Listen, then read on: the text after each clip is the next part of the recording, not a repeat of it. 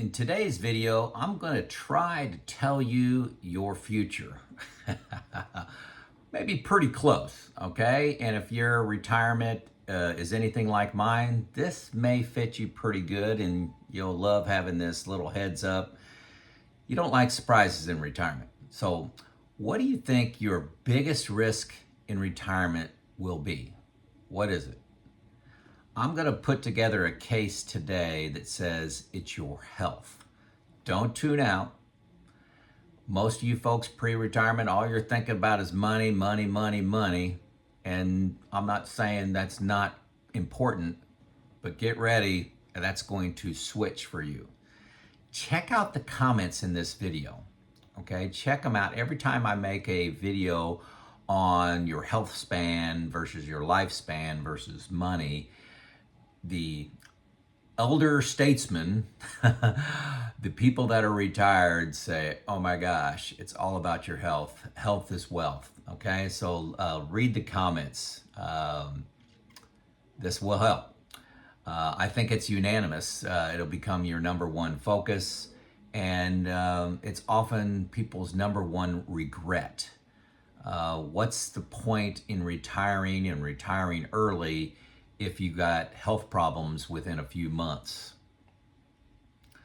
Lifespan versus health span. We're going to talk a little bit about that. And 6 lessons. I've got 6 things that I've learned from my journey, passing on to you. Hopefully will convince you to retire just a little bit earlier than you thought was possible, and maybe get a little bit healthier before you retire. Okay, that would be nice. That's how my number one regret is I didn't focus on my health earlier in before my retirement date. It's common to here's something it's ironic, okay? It's common for me to hear from people, I'm working at a job I hate. I have significant stress in my job. I don't like my new boss. I got high blood pressure.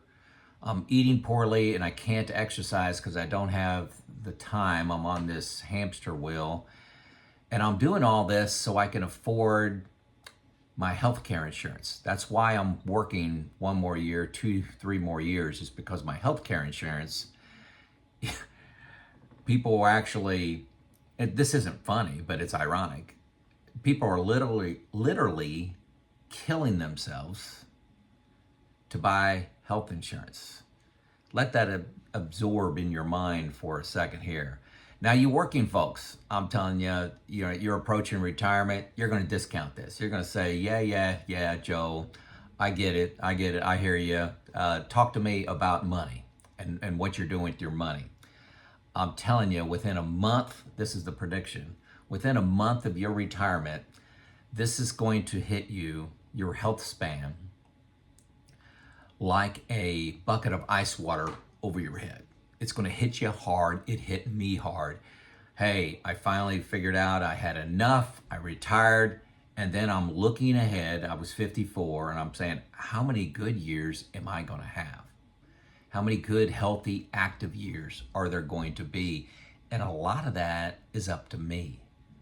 Yeah, there's going to be some things that aren't your fault, okay? Some things that can happen, but there's a lot of things that are my fault that I can fix. So retirement does need money.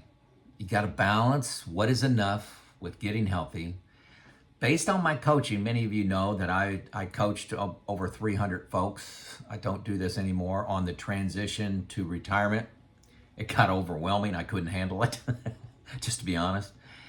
And way over 50% of the people I talked to, approaching 75%, could retire today. And they were just, lacked a little confidence, need a little shove.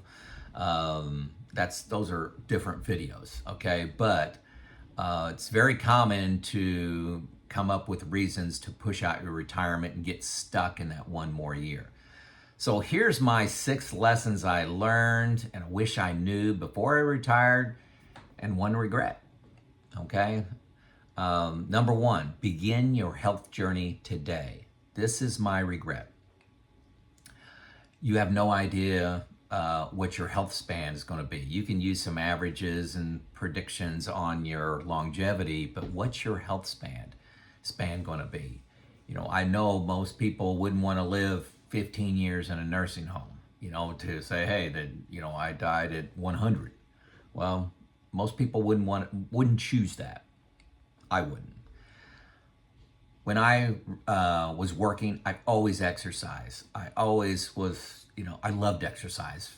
High school on, so for, 40 plus years, I've exercised really hard. But I didn't focus on nutrition. And health, in my experience, is 90% nutrition, 10% exercise. And I was stress eating. I was eating on the go. I retired. I lost 35 pounds. Actually, I lost 45 and I gained 10 of that back. Okay, so getting technical.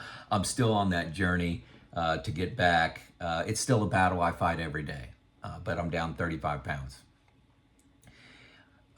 Second lesson, if you're married, it's not just your health that is important.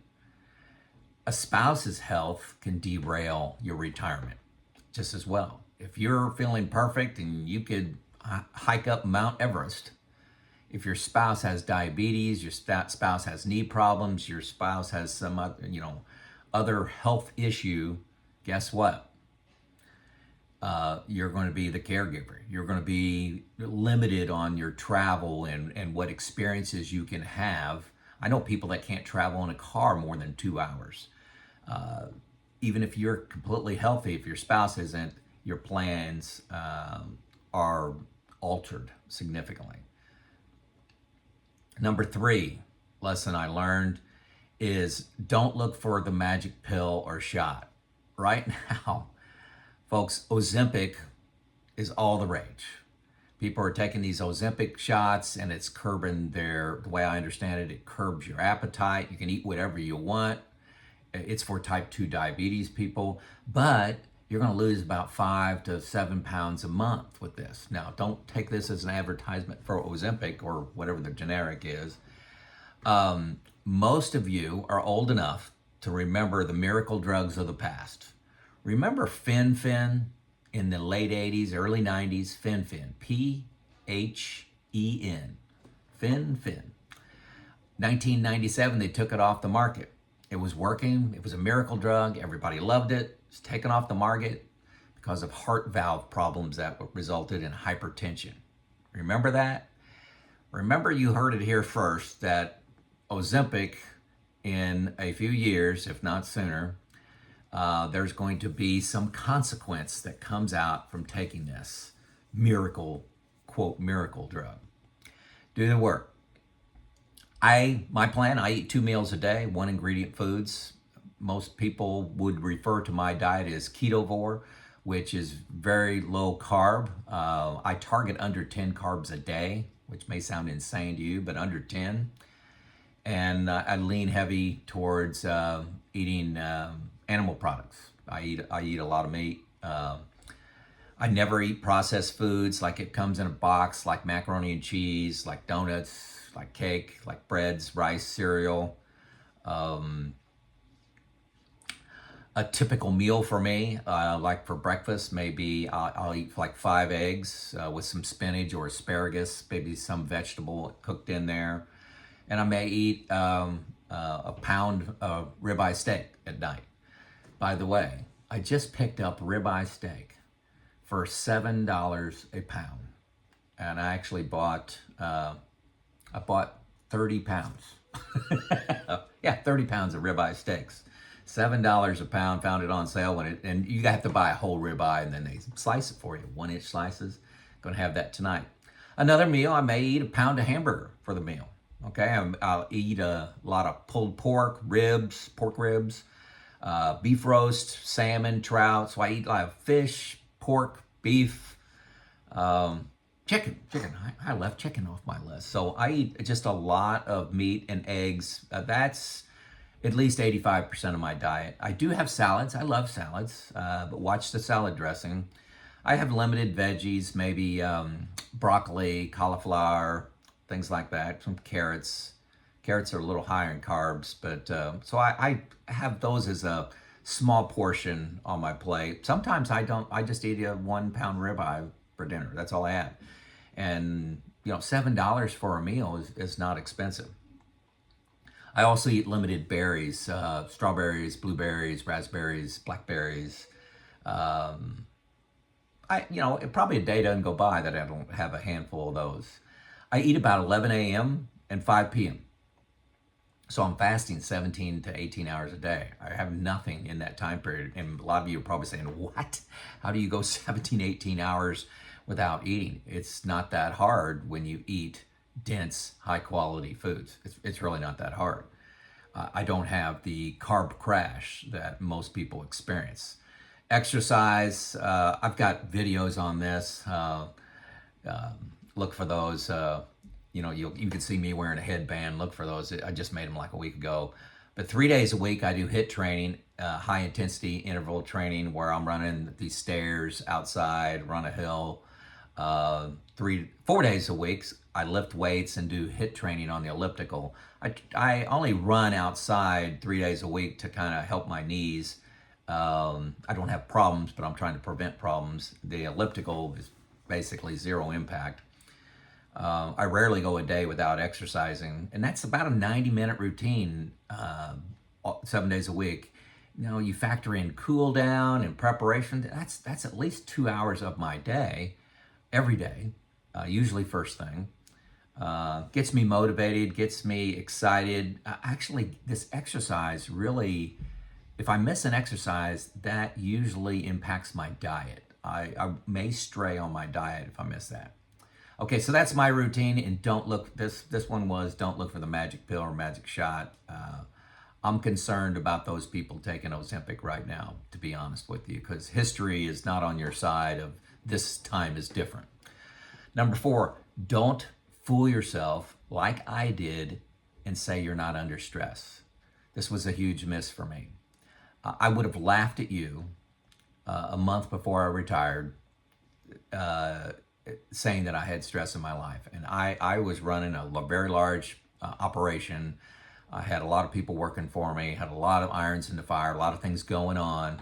I would have laughed at you for saying I'm under stress. I enjoyed it. I loved my job. I said I loved my job a lot. And I still do contend that I loved my job.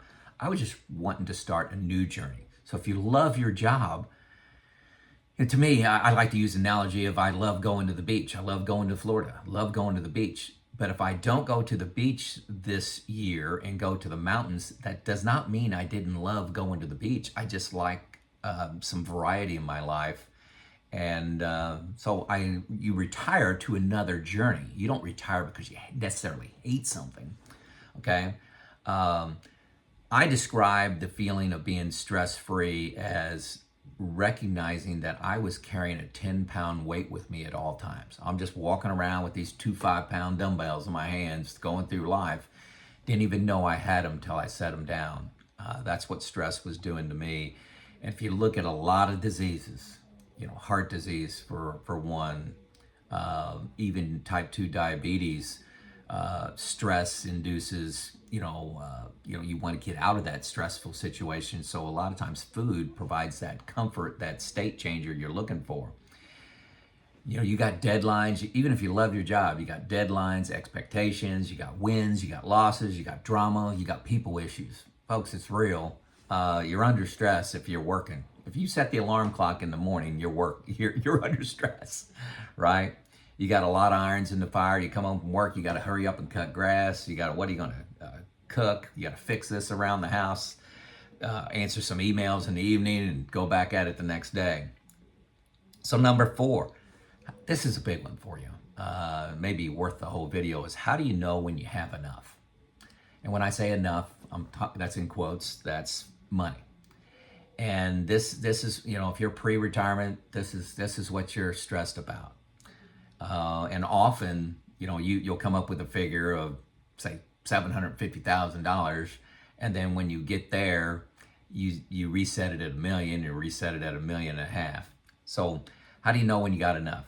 One, start with the 4% rule. You guys all know the 4% rule. That's just kind of like, am I my crazy 4% rule is not bad. I think it's bad for using as your plan for retirement, but just to say, am I even freaking close? It's good. I use spreadsheets, so I model my expenses, returns, inflation, one-time expenses, different places I have my money, different risk I'm taking. I modeled that in my spreadsheets. I also use New Retirement. It's a comprehensive software package. I look for 85% probability of success or higher. And one of the reasons I recommend strongly using something like New Retirement, even if you love your freaking spreadsheets, okay? And people on this channel love their spreadsheets. It's an independent analysis, independent calculation, okay? Independent look. Somebody else has created the formulas of how things work together. Also, New Retirement is stunning on its visuals, its graphs that it makes, where you can see your spending, what accounts are being used year by year throughout your retirement, and it's massive on taxes. Taxes, I've never seen anything close to it on managing your taxes. And if you're not managing your taxes, you got to watch another 20 videos of mine, because that's the biggest expense most people miss and don't have a plan for is taxes, and it's your number one expense. Good chance. People that watch this channel, it's your number one expense. You guys are special. Not really special because you're on the high planner, high saver end of the population. You're not average, okay? You're not average if you're watching this channel. So start with 4% rule, get your spreadsheets, get New Retirement, and look for an 85% or higher is my thoughts. But you got to do what's comfortable, and it depends on your inputs too. But run your plan by at least 2 certified financial planners, minimum. Send it by, you may choose to go assets under management with a financial planner. That's not a bad decision if you don't want to do a lot of work. It's a part-time job managing your money. You may just have a CFP create a comprehensive plan for you. Now, a good one is going to cost you $3,000, $4,000, $5,000. It's just going to cost you that. But that is far cheaper than going to assets under management, and I would still consider you a DIY retirement person. You just had somebody else create your plan, verified your spreadsheets, verified what you had in New Retirement, and now you got the confidence that you got enough. Hopefully that makes sense. Do not go it alone. You need, sometimes in life, we need somebody to slap us upside the head and say, what are you doing? What are you doing? You wanted $750,000 and now you got $2 million. You got enough. Slap, right? Sometimes we need that. I think the best practice is to start a retirement group. I've talked a lot about that. I got 2 close friends. We share intimately all of our expenses, all of our savings. I love doing it. Every move I want to make in my money portfolio, every concern I've got around inflation or the presidential election or the debt, we get together and, talk each other off the ledge, from doing something crazy. But these have helped me know that I had enough, okay? So hopefully one or all of those will help you say, man, I got enough. Number 6 lesson I learned is, for most of this audience, money is going to fade away as your top retirement concern. This may be shocking to you that are retiring early, retiring in your 50s and early 60s, saying, good gosh, that's all I've been focused on these last 10 years is building my nest egg and where my money's positioned, and you're telling me it's not going to be, that's just going to change when I retire? Yes, that's what I'm telling you. You still need to manage it. You still need to have a process. I've got videos on my process, my quarterly review process, and how I have confidence to spend, where my money's at. But then I go 90 days without even thinking about it. Okay, I talk far more about money on these videos than I do with my own personal money. I'm just trying to share my journey, my decisions, my interactions with other people.